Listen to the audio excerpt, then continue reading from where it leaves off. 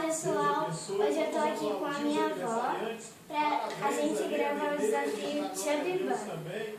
Mas em vez de eu colocar marshmallows, eu vou usar jujubas, porque eu não comprei marshmallows hoje. Então, vamos começar.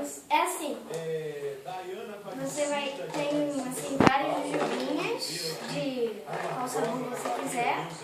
Assim. A gente vai colocar a jujuba na boca e vai falar Chubby Bunny. E quem conseguir colocar mais, vence. Então, André Luiz de Oliveira, Dolores de Cruzeiro, São Paulo, Sofia Fonseca de Porto Real, no Rio de Janeiro, Maria Aparecida de Aracaju, Chubby Bunny. O jogo é mais perfeito. Nós agradecemos a Deus pela vida do Padre. Luísa Alves de Chubby Bunny. Nós colocamos aqui também. Maria Batista Lemos de Borda da Mata, Minas Gerais. Chubby Bunny. Maria Aparecida Lemos, Carlos Daniel de Capão Bonito, São Paulo. Roberto Pope de Sorocaba. Eu quero engolir não. Pela vida da Chubby Bunny. Não pode engolir não. Mas nós não vamos aqui pelo nome do casal que veio celebrar o Chubby Bunny.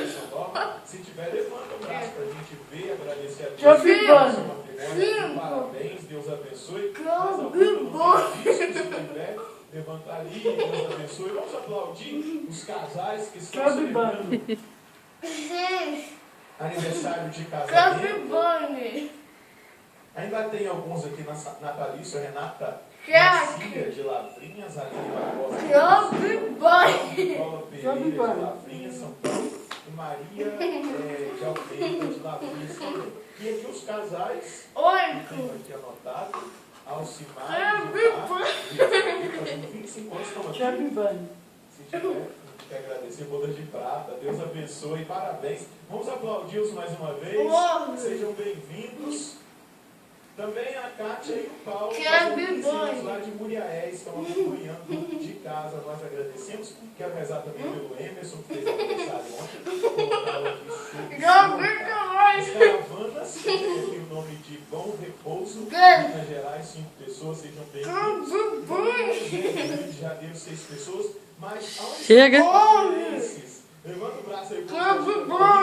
Nos cachoeirenses, eu quero agradecer os que chegaram e que vieram nessa missa. Vamos aplaudir o povo de Cachoeira. Se poderia ser o nome. Então, gente, eu não consegui.